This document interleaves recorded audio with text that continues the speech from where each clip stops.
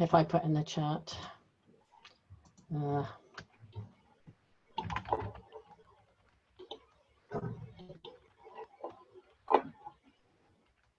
yeah. You have to give me a sec.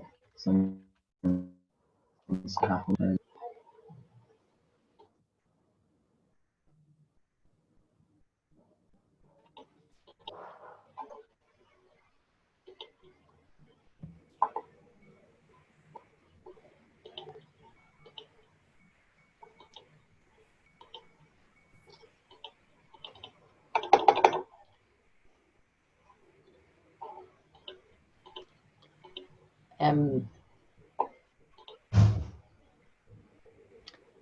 I don't speak French, sorry. Oh yeah.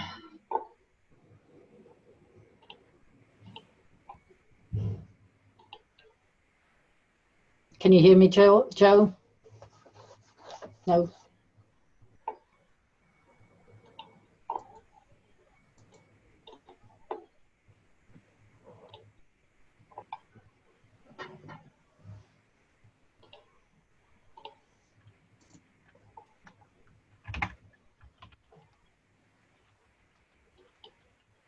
I mean, I speak French. I could potentially translate.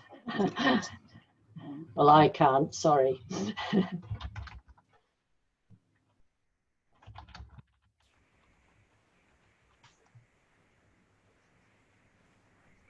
Right, I'm gonna share my screen. Great. Yep. Yep. All right. I've just so I'm going to talk for a bit. I've just copied and pasted some stuff from a report that my team make. So it's not the neatest PowerPoint in the world because it was done in about 20 minutes. So yeah, COVID is, well, first of all, who am I? I'm a woodcrafter. I'm also an epidemiologist. So yeah, I work for Public Health England, and I've been working on this since mid-January now in various roles. My current role is in the cell, handling all the epidemiology within PHE. So coronavirus is taking over our lives. We've got the classic symptoms are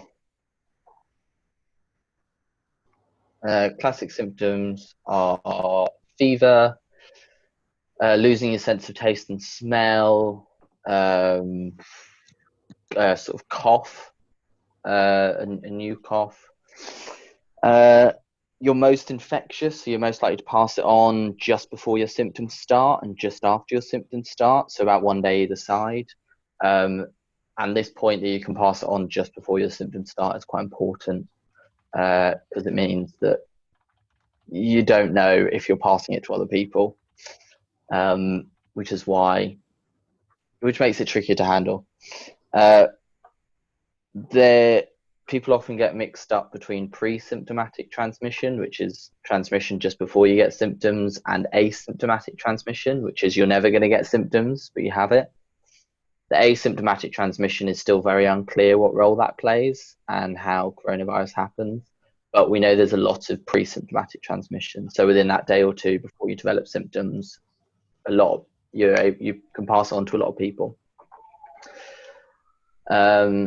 So just a quick timeline, coronavirus in the UK. So we had our first 2 cases at the end of January. Then start of March, we had the first coronavirus death.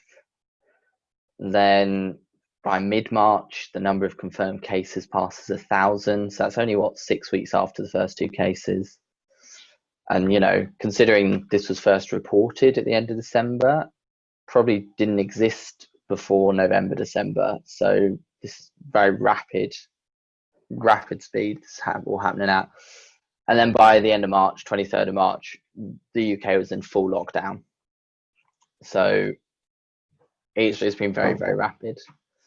So this is the So I say this is the current data. This is actually a week out of date. They were meant to update the report this today, but they haven't. So I'm assuming something in the group I work in has caused delays, but I'm not working in that group today. So this is about a week old now, but the UK cumulatively is on about 250,000 coronavirus cases, about 41,000 deaths. Then in the sort of past week, it's about 4,000 cases and then 450 deaths about. So those weekly ones have gone quite far down, but the number of cases and number of deaths we had is really quite high. Globally, we're talking about 16, 17 million confirmed cases around the world, and we're approaching 1 million deaths from this. This is quite a big number, but to bear in mind, the comparison I always make is with malaria. Malaria is estimated each year kills about, or in the last year estimated killed about 420,000 people across a whole year. So this is already easily surpassed it, and we're not at the end of the year yet. And globally, things are still ramping up. The global picture is not calming down like it has done in the UK. The global picture is ramping up. And also that malaria deaths I just said is the estimate. It's not the recorded deaths. This is the sort of recorded deaths. So the estimate is likely to be a lot bigger than this. So this is it's a very significant number. This is from World Health Organization. So this is cases. So you can see the dark blue is where there's particularly high cases. So the UK, Russia, Brazil, the USA, South Africa, China, India. These are kind of the hotspots around the UK cumulatively. The hotspots now are still the USA and Brazil. The UK is not so much of a hotspot now, but India and South Africa still definitely are. And in terms of deaths, you're kind of seeing similar hotspots. So kind of where the cases are is where you're seeing that, but also with a few extra countries included in there. I recognize this graph is not great for people who are colorblind.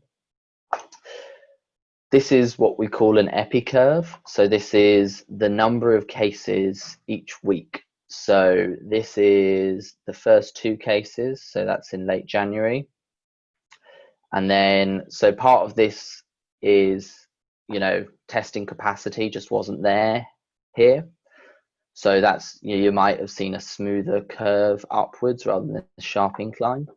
You can sort of ignore the colors. But then so it peaked in late April is when we had our peak. And then since then has been coming down.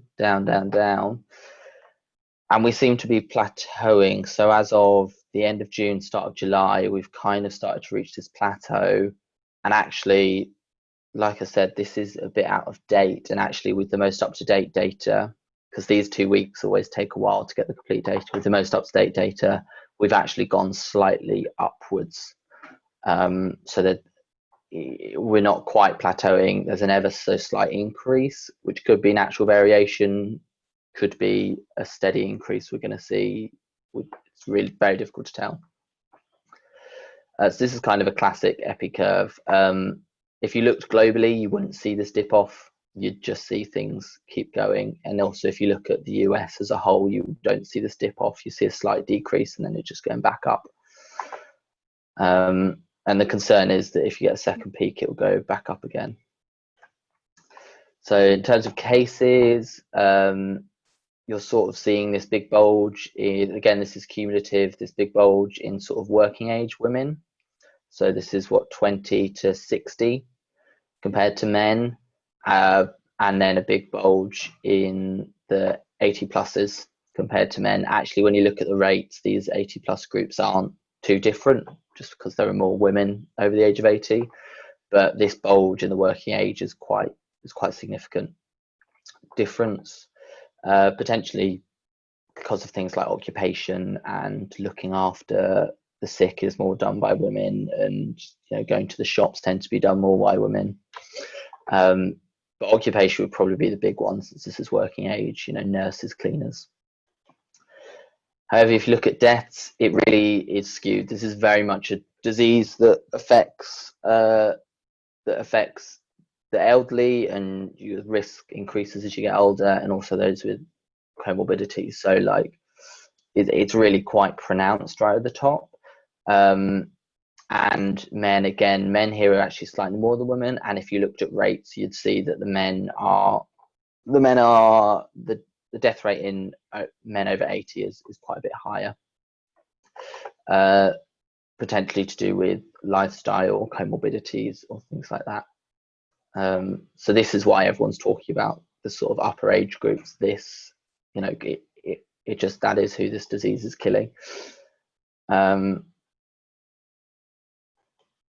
If you also look at ethnicity, so again, this is cumulative, this is just percentage. So the big percentage is white people, but again, if you looked at rates, you would see that actually this isn't 12% of the English population is, again, this data is all England, just because that is what I know and have access to.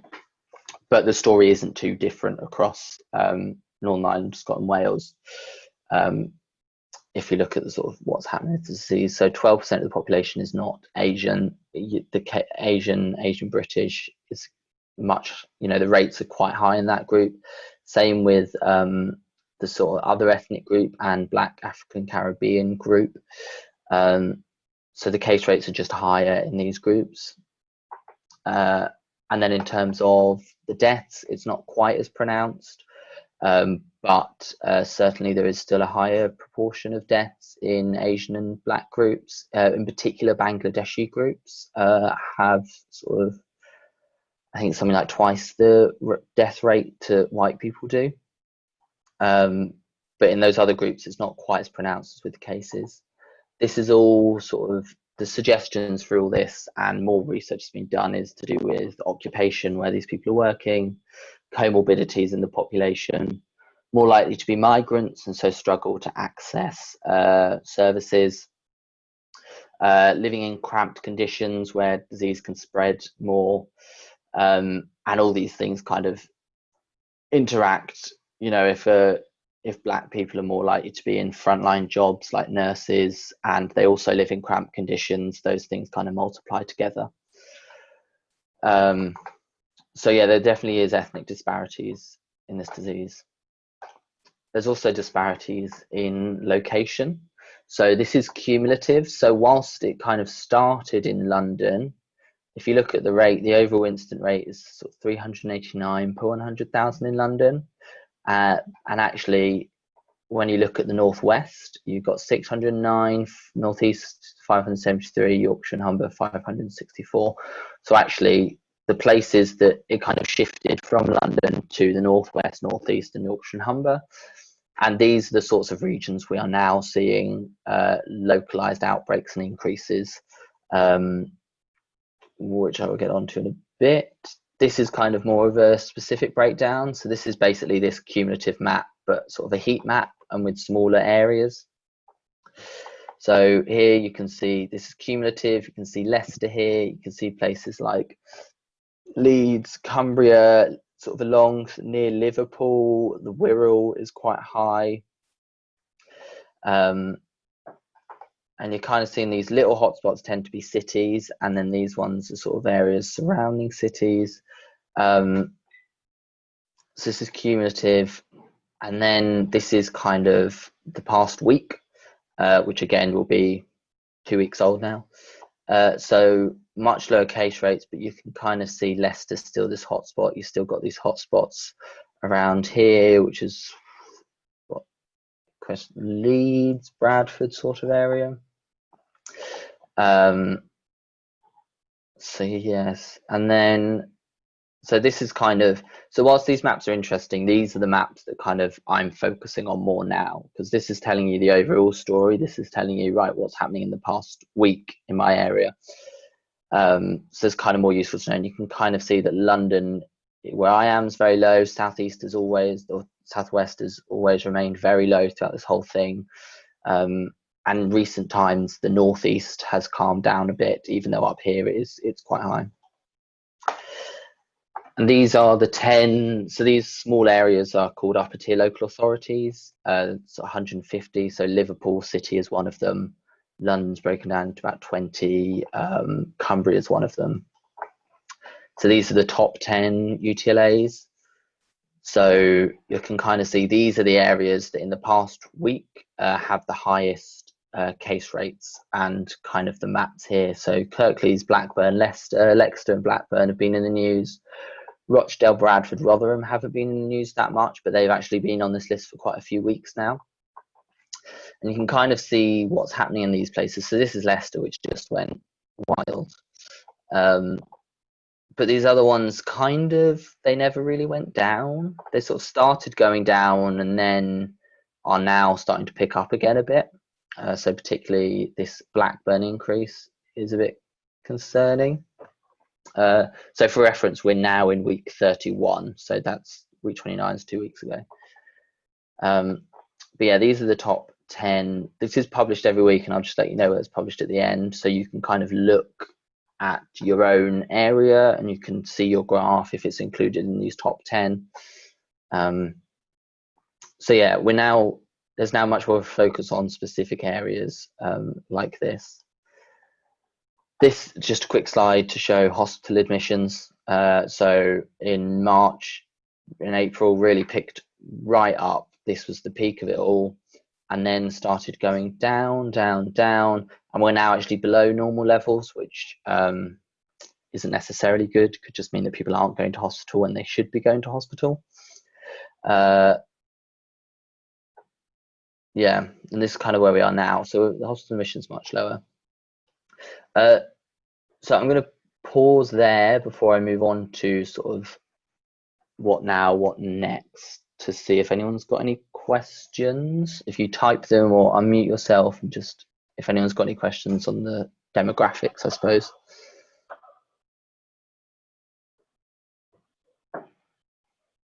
Right. Okay. So what now is the big, oh no, I've actually done this.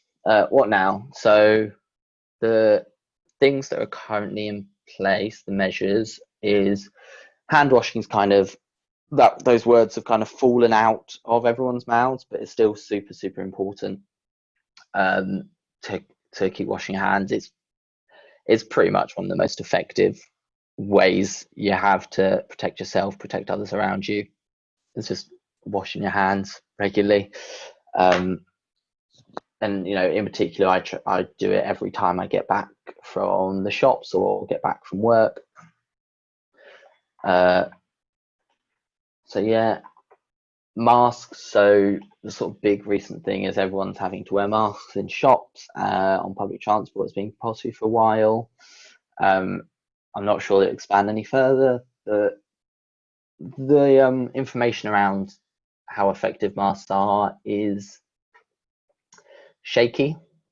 It's a balance of probability thing. So probability is that they help, but you know, you kind of have to act on incomplete information, and you've got to go with what is most likely, and it's looking like they probably will help, but truly we won't know until we reflect on everything.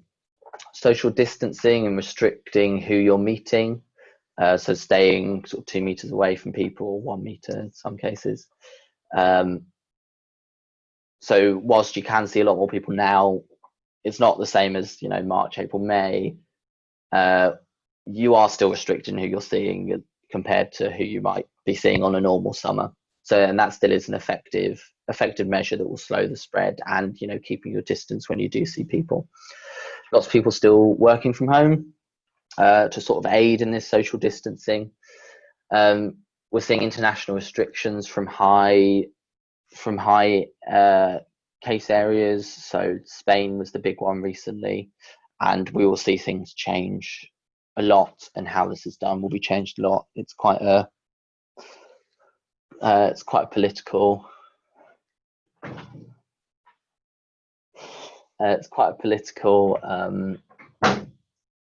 decision. Sorry, my boss just walked in. Quite a political decision as to where to restrict. And the other thing is getting tested if you have symptoms. So I think there's about to be a big campaign that's going to come out that sort of is kind of clarifying. I wouldn't say reminding because the messaging is clarifying that if you have symptoms, you should get tested. If anyone with symptoms is eligible for a test, you can do a drive-through, you can do a postal one at home. If possible to do a drive-through one, I would personally recommend that over a postal one, but if you can't, just get a test done. And then if that test is positive, you isolate. And that's any of the symptoms. So, you know, if you've got a bit of a cough, get one. If you've got a fever, get one. You don't need to wait to have 2 or 3 symptoms. If you start to have a bit of a fever, just order a test. And then the isolation period, if that test is positive, has just been increased to 10 days. What's next? So we are going to see local increases. So in areas like Leicester, where we've seen this increase, or Blackburn. So, and that will be followed by local lockdowns or sort of semi-lockdown measures. You'll also see outbreaks associated with specific places, so like factories or farms. Yeah, and then that will be followed by a sort of specific outbreak response related to that place. So that's kind of a bit different from a general increase across a whole city or across a whole region, and has a different response. And we'll be seeing both, so local increases, but also these very specific outbreaks. Potentially we'll see a general case increase, or we might see a leveling off of cases at the bottom of that epi curve. Winter's everyone's starting to think about winter because you've got this combined threat of flu and COVID. So you'll have seen there's a big announcement about massively expanding who can get the flu vaccine. So they're bringing the age down to 50, which is quite a significant step. If you fall into one of the categories, which a lot of people will, I highly encourage you to get a flu vaccine. I get one every year just because they give it to everyone in PHE. Yeah, if you're able to get a flu vaccine, you fall in one of those groups, would highly recommend. The worry about the flu is that kind of similar groups are vulnerable to them. So those kind of groups are being hit twice. Also, if potentially people who are getting flu might then be at more risk of getting COVID, and then you get 2 at once, which isn't great. And also just in terms of sort of overwhelming their health services, if you've got these 2 things going on, that's really potentially likely. And so maybe we will see a winter lockdown or a semi-lockdown. That's just speculation on my part. That's something that might happen. I don't know if we'll go fully back into lockdown, but some sort of half measure like Blackburn is currently seeing is potentially is a potential. And then ultimately sort of hope for treatments such as, I also work for NHS blood transplant, so convalescent plasma, where you take blood from one person, do a whole load of processing it, and then take blood from someone who's recovered, process it, and put it into someone who is currently sick to help them fight it off. And ultimately, the hope is for a vaccine to COVID. Timelines for that are, it's people always want to know the timelines, but it's kind of, what's the timeline to invent something that doesn't exist yet? It's kind of a big question. There's some estimates of sort of early next year, mid next year, which are hopes and estimates based on the progress, but progress is being made. And then so just to say where I've got a lot of this information from, it's again, I've done this information just kind of because I think it tells the story quite well, and it's what I'm familiar with, which is why it's so England focused. I do work for Public Health England after all, but these are reports that I set up and my team runs. And if you just type in PHE COVID surveillance, you'll see, I do believe that Wales, Northern Ireland, Scotland have their own reports, but they'll be in their own format and will display different information, but they do have it. But if you type in PHE COVID surveillance, you'll see a page like this, and they get updated every week on a Thursday. And so this first one is quite a dense report. It's kind of 30, 40 pages long. This second one is kind of an infographic, which is where I've got a lot of the things I've shown you today, kind of give an overall picture. A lot of that is cumulative, and so gives you a picture of the disease, but doesn't necessarily tell you what's specifically going on in your area. For that, this first surveillance report is kind of a bit better at breaking things down by time and really seeing it by week. So that graph of the top 10 UTLAs I was showing you is from the surveillance report, because it's much better at breaking things down over time. And finally, there's an Excel document there, which just has all the data in from those first two. So you can actually go in, and I think there's a tab called Figure 8 or Figure 9 or Figure 10, and that kind of has the case rates for your local area. So you can just type in Control F where you are, look down, and you can see what the rate in your last area, the rate for last week in your area is. It kind of help, particularly that might be useful for people who are shielding, to see if they want to come out of shielding. Just seeing specifically what's your area last week, what's going on, and that might help you make a more informed decision.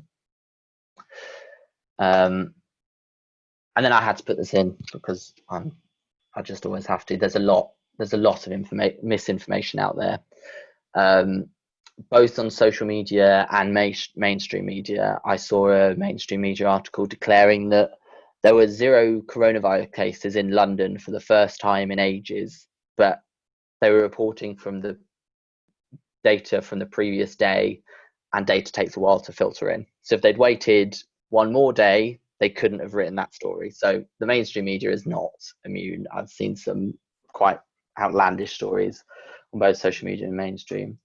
It may be kind of deliberate lies, it may be conspiracy theories. A lot of it might just be misinterpretation of what is quite complex information, and people not understanding how complex this information is.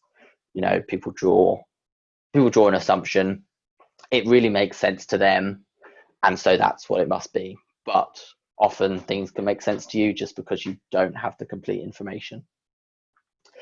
This was actually a study done that basically said when you presented data to 2 groups, you asked one group to say if they'd share that story, they were much more likely to share sort of more inaccurate, just say, yes, I'll share it. If you asked another group to assess the accuracy of something, they were, and then asking them to share it, they were a lot less likely to share things. And it basically what it's saying is, good news on the right there is when you directly ask people about accuracy, they are actually quite good at assessing it and quite good at questioning it, especially if you have sort of more scientific knowledge, and people who are more likely to think critically anyway. So it's just about pausing before sharing anything or believing anything, just having a little pause, thinking about how accurate it is before running with it. But yes, that is everything I've got there. I recognize it's more of the epidemiology than virology, but that's kind of where I'm coming at this from. But I do, so if there are any questions on COVID, or information around COVID, where to get information, just specific questions, I am very happy to answer any you might have.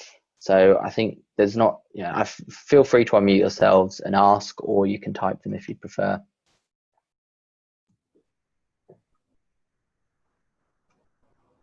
So I know you said this. So say, for example, I've been to the supermarket this morning and I have caught COVID.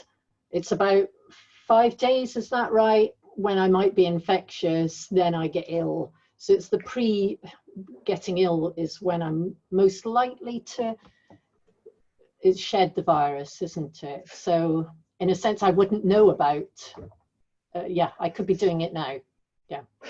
Yeah. So say you caught COVID on, a Monday. It's about 5 days till you start showing symptoms. So you catch it Monday morning, say, all of Monday, all of Tuesday, all of Thursday. Yeah. So you might start developing symptoms at the end of Friday, say. So that's 5 days.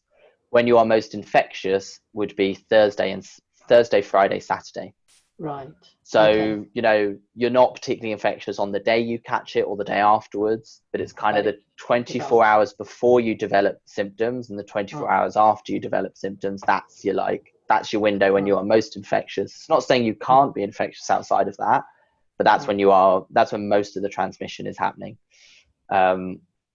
Which is, makes it a much more difficult virus because, for SARS, which is a similar virus in the same family, you're only infectious when you are symptomatic. And that's a big difference that a lot of people kind of don't realize. And it just makes it so much easier to handle because as soon as someone develops symptoms, you isolate them. But with this, you can't do it because I've seen estimates that 50% of transmission happens within a day or two before you develop symptoms. Right. And can I ask about young people, because they're getting a bad press, really. Most young people I know are totally isolating and being very, very careful. But I certainly have seen quite a lot of young people around just all hanging out, hiding in the woods and stuff, and because they don't want the adults to see them. But are they more likely to catch it, or are they as likely as everybody else? It's just that they're maybe less likely to get ill. So are young people more likely to catch it, or I would guess it's the same, but you might. So young people are definitely a lot less likely to show symptoms and to become severe because of it, like significantly so. Which is quite wild, the difference. In terms of actually catching it, there's kind of questions. So actually literally the people sitting over there are currently running a study that they, for every, once a month, there's 2 studies going on. They're getting children in, doing tests on them. And then they can kind of see, are children getting this and just not showing symptoms, or are they not getting it as much in the first place? So it's a big question. And then the question that kind of follows on from that is, again, it's about asymptomatic transmission. So if young people are getting this at the same rate as adults and older people, but they're just not showing symptoms, if they're asymptomatic, are they then passing it on?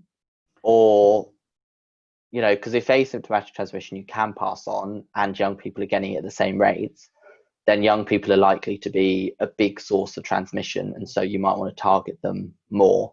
So for instance, with flu, they aren't as likely to develop symptoms, but you can pass flu on without having any symptoms, which is why young people get targeted for the vaccine. It's not so much for their protection, it's for everyone else's. Although, flu can be quite bad for young people as well. So yes, the answer is we don't know, and then we don't know what role young people are playing in transmission. But for Woodcraft's sake, it's decisions you would make would be much more about the adults and their risk rather than the young people's risk. Thank you. Brilliant. All right. Have we got any other questions?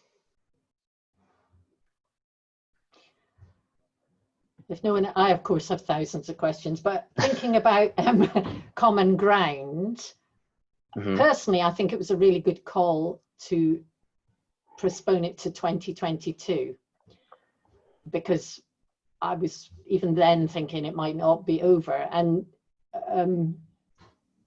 was it, well, you don't have to say why, but was that in part because people are thinking it's going to be around quite a lot this time next year, and certainly with people from different countries coming? It's, yeah, I'm asking, I think you can't answer really. Yeah. you know, I would suspect that we're not going to be out of the woods this time next year. Yeah.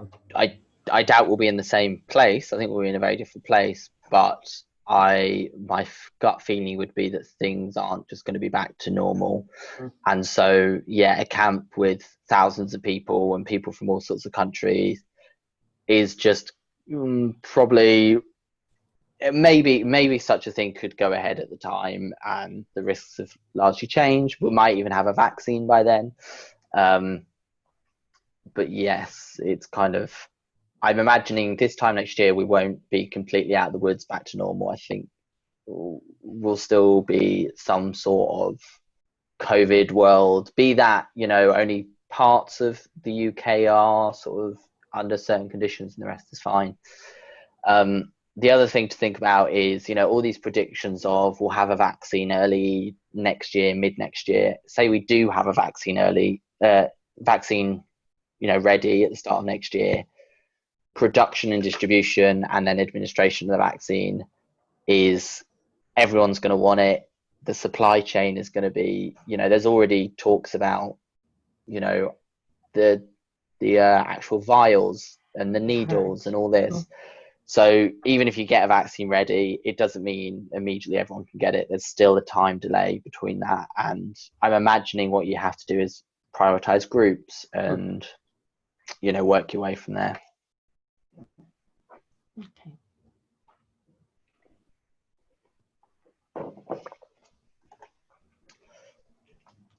What about the rest of you? What questions might you have? Otherwise, I'll keep going.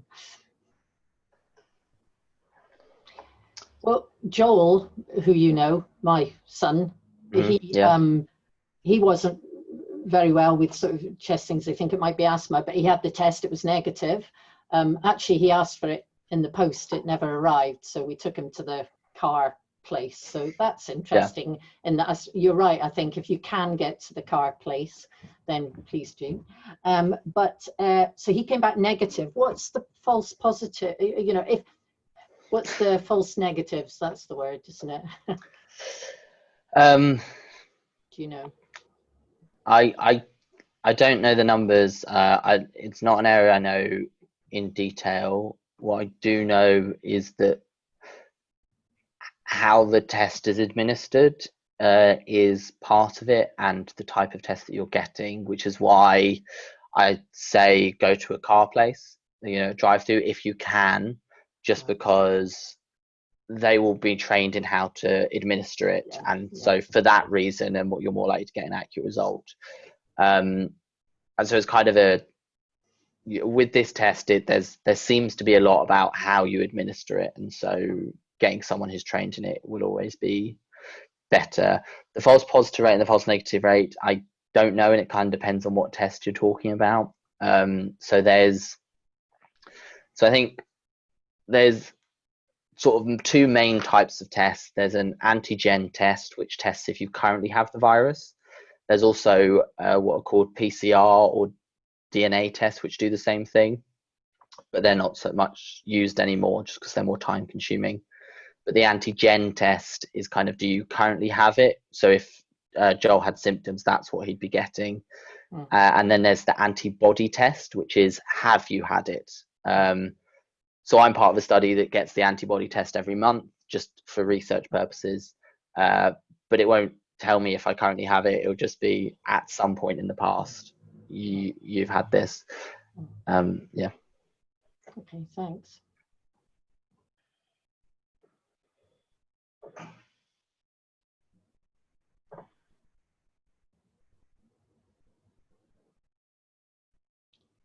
Well, in terms of groups of young people and camping, it sounds as though it's best not to make too many plans for a camp next summer, or if you are, be realistic that it might have to be cancelled.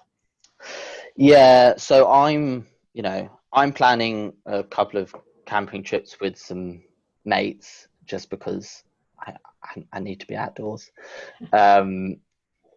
Otherwise I will go even more mad. But but with that, we've kind of, the group's not too big. We found a site that will provide a full refund if you have symptoms or if your area becomes locked down. And so those are kind of the things to think about, you know, how big it is. Do you, you know, if you are doing, you know, potentially 2 or 3 groups from the same city, you know, maybe you do, you know, 3 corners of the campsite or whatever. And then also just think that places can suddenly increase and lockdowns be imposed. You know, there doesn't seem to be kind of sudden, no warning lockdowns, but you can kind of monitor your area. And also if people get symptoms, they're going to have to cancel. It's just not smart for them to get. So you kind of then have to work in, well, what happens if someone gets symptoms on a camp? So I'm not saying it's not possible. It just needs to be really well thought through, and size is probably quite limited. And also just getting there by trains becomes more difficult, and all that. The irony is, Joe, I've got to go in a minute, but the irony is I remember talking to you about common ground, and that you'd said we even have a sort of epidemic policy or something, you said.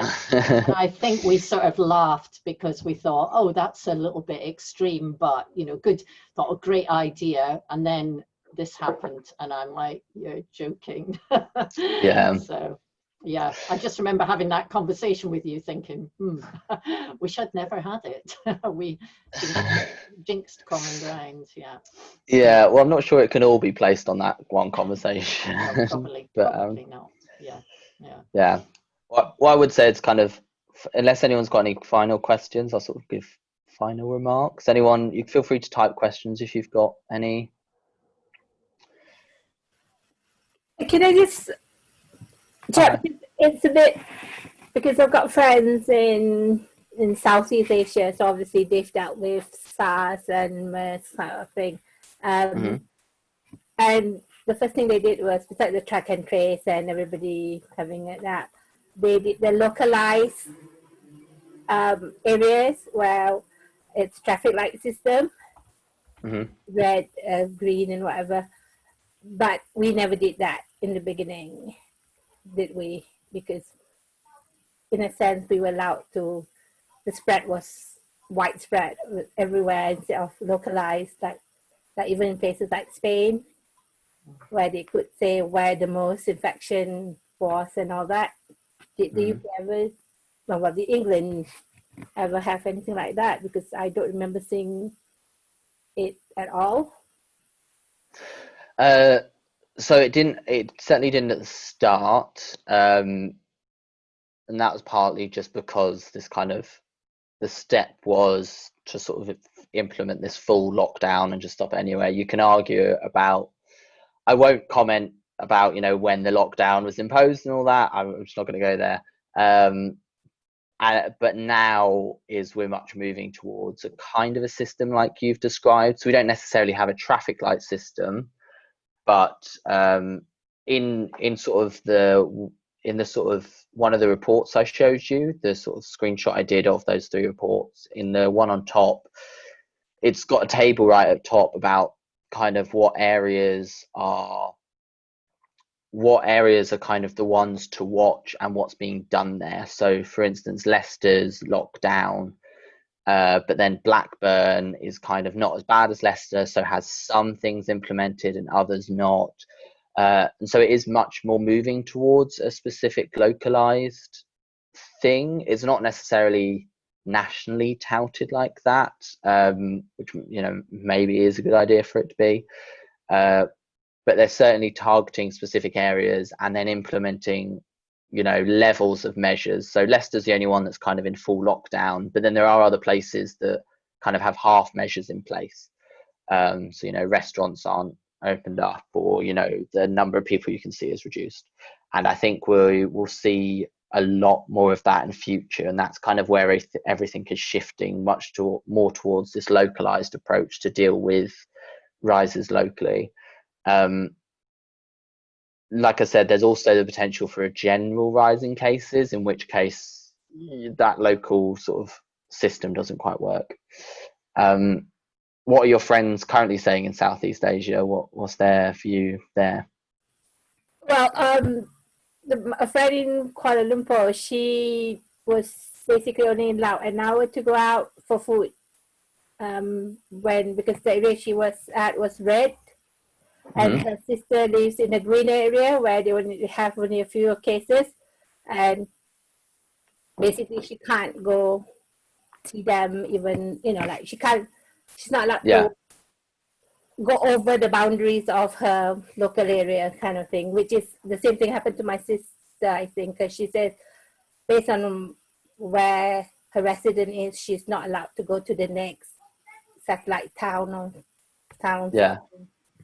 Yeah. That's interesting. Yeah. I didn't know that was happening.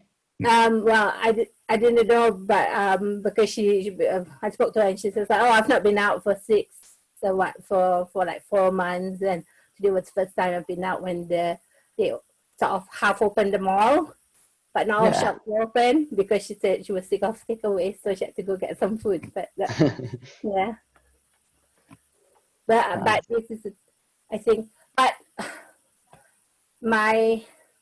because there is lockdown, my sister and my mom is in Singapore.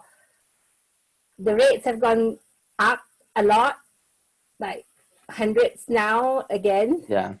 And it's just that if it happens here, will they just, do you know if let's say the rates go up, because it will go up when people's, when you, will they try to bring some measure of lockdown back, or will they just think as long as people are not dying? I can't comment on Singapore, but here, and I imagine a lot of countries adopt similar ones, that if rates start to go up, then you start to implement more lockdown measures, and you kind of, like I said, do this kind of halfway lockdown. So you can only see one other house or something like that rather than anyone, and you can go back to just going outside to shopping and exercise, and it's these kind of half measures.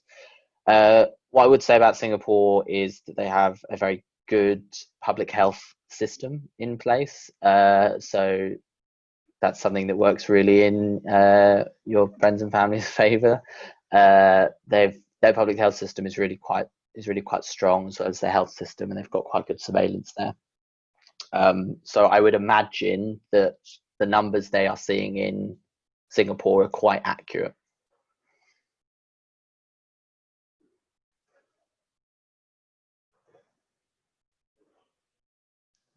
Anyone else have any questions?